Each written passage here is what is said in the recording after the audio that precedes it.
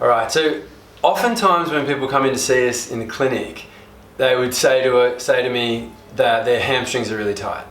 And that's a big cause of their back or their knee pain, and they've never had good hamstring mobility.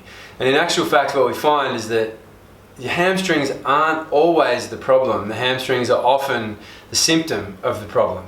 And so I want to go into a little bit of detail about how that works, and how you can quickly make some inroads into your mobility and your knee pain so that you can run more, hike more, do the things you love without being so concerned about the knees flaring up or the back getting sore.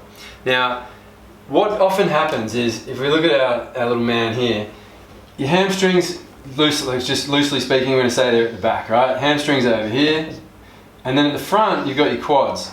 Now, one of the quad muscles, the rectus femoris, crosses the hip and the knee, so it attaches to the pelvis and it blends into the patellar tendon here and down across the knee joint. Now, if the quad or the front side of the hip is tight, so if this is restricted and your range of motion here is limited, what that does is it's going to tip your pelvis this way. So it pulls this downward. So what you get then is you get this anterior tilt, right? So here, the insertion point has dropped down, or the front of your pelvis, I should say, has dropped down to deal with the shortness of the front of the thigh. What that does at the back of the hamstring, or the back of the leg, is it stretches the hamstring out. So you immediately have more tension in your hamstring just at rest, just because this one's tight. Lengthening out the two ends pulls the hamstring tighter. Then everybody's saying, oh man, my hamstring feels really tight all the time. My hamstring, I can never really lift my leg up properly because I've always had tight hamstrings. Or can't touch my toes because my hamstrings are so tight.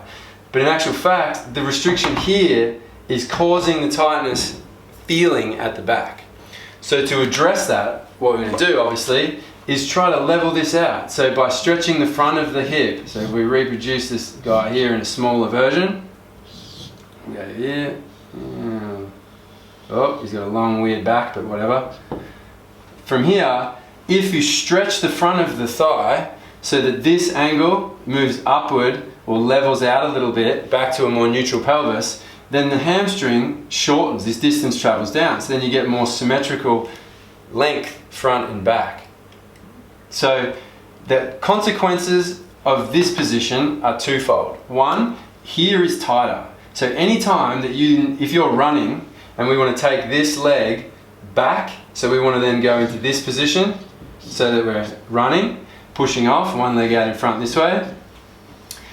If we push off here, this is going to try to stretch further, which puts more pressure over the front of the kneecap, knee pain. The other thing that happens is that your lumbar spine goes into more extension. So your lower back arches more, so then you can get discomfort up here. So if we reduce that, level this out, it takes pressure off your lower back and it takes pressure off the front of the knee. So we've got a bunch of hip extension stretches that you can try. Visit our YouTube channel or check out our library on our Facebook to find out which one is going to work best for you.